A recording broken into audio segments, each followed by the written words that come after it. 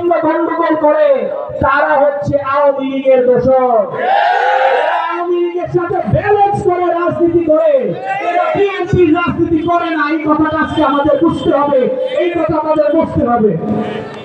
আমি আরো ব্যাপক ভাষায় বলতে চাই, এই আমাদের 31 দফায় আমাদের বাংলাদেশের ভবিষ্যৎ প্রধানমন্ত্রী তারেক রহমান অনেক সুন্দর সুন্দর জিনিস আলোচনা করেছেন। আমরা 31 দফা অবশ্যই বাস্তবায়ন করব এবং আপনাদের কাছে আমাদের নেত্রী বেগম খালেদা জিয়ার জন্য আমি দোয়া চাইব, আমার নেতা জনাব তারেক রহমান সাহেবের জন্য দোয়া চাইব, আরো দোয়া চাইব সেই 2000 ছাত্র ভাইয়েরা যাদের বুকের রক্তে আজকে আমরা স্বাধীনতা পেয়েছি।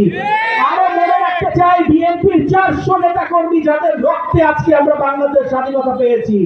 আরো আমাদের মনে রাখতে হবে সেই 22,000 পঙ্গু যারা পঙ্গুত্ব বরণ করেছে আমাদের এই দ্বিতীয় স্বাধীনতার জন্য।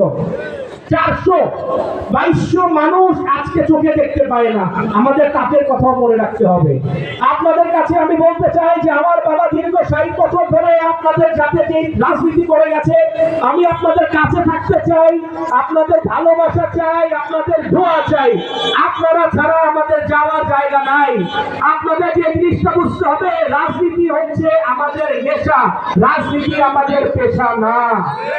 আমি রাজনীতি করি, যদি তানভীর আহমেদ সিদ্দিকী রাজনীতি করেছেন আপনাদের সেবার জন্য, আপনাদের কাছে থাকার জন্য। আপনাদের কাছে থাকতে চাই, আপনাদের ভালোবাসা চাই, আপনাদের দোয়া চাই, যেন আপনাদের সেবা করতে পারি, আপনাদের কাঁধে কাঁধ মিলিয়ে যেন কালিয়াকুড়ের মানুষের উন্নয়ন করতে পারি, আপনাদের সাথে কাঁধ মিলিয়ে যেন আপনাদের ছেলেমেয়ের উন্নয়ন করতে পারি, তাদের চাকরি দিতে পারি, আপনারা যেন খেয়ে পড়ে বাঁচতে পারেন, সেই চিন্তা করতে পারি। আজকে আপনাদের চিন্তা করতে হবে আপনারা কার কাছে নিরাপদ, এটা আপনাদের নিজেকে চিন্তা করতে হবে। আপনারা আজকে যদি তানভীর আহমেদ সিদ্দিকী সাহেবের পরিবার কাছে নিরাপদ, ওনাদের কাছে নিরাপদ, কারণ হচ্ছে তাদের চাওয়া পাওয়ার কিছু নাই। তাদের একমাত্র চাওয়া পাওয়া আপনাদের উন্নয়ন, আপনাদের দোয়া।